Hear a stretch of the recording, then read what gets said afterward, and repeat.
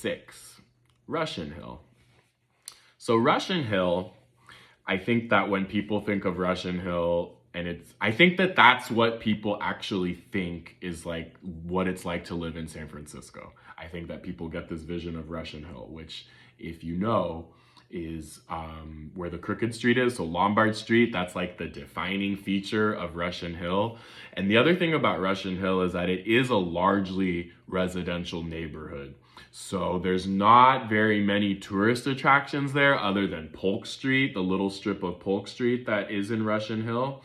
And then technically the boundaries, the district are defined, whereas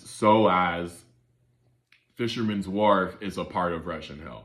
Again, I don't really care what Google Maps says. I was here before Google Maps, and much of the understanding of San Francisco, it's an energy. I really don't care where the boundaries are drawn. So I don't really consider Fisherman's Wharf a part of Russian Hill. It's its own thing. But if you want to get technical, sure. Again, I'm not really here to argue with anyone. This is my interpretation of San Francisco. So back to Russian Hill. You want to know where Russian Hill got its name? So there's a park called Ina Coolbrith Park, which has a gorgeous view, gorgeous view of the side of Russian Hill where you can see the Bay Bridge, not the Golden Gate, but the Bay Bridge and the harbor. Again, San Francisco surrounded by water on 3 sides.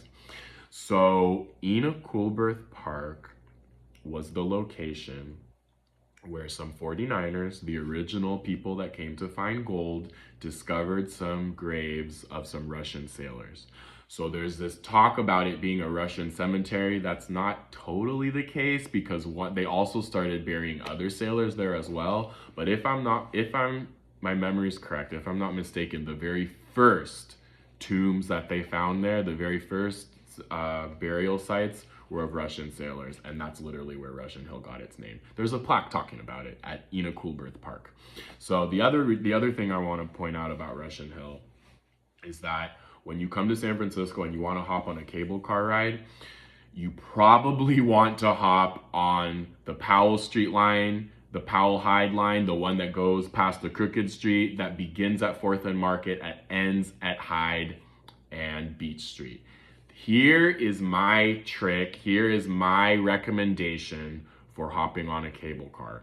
Everybody gets in line at 4th and Market. I think that tourists see the line. They think it's a San Francisco rite of passage to wait in that godforsaken line. So here's the thing. People wait in that line because they want to hop on the cable car ride that takes them past the Crooked Street, and then it ends at Beach and Hyde, and then yay, right there's Ghirardelli Square, right there is the end of Fisherman's Wharf, right there is the Buena Vista Cafe. The other thing is you're also stuck out there. So we can either pay the $8 for a grand total of $16 and hop on the cable car back towards downtown, which is usually where people want to be, or what I would recommend you do, take the F train.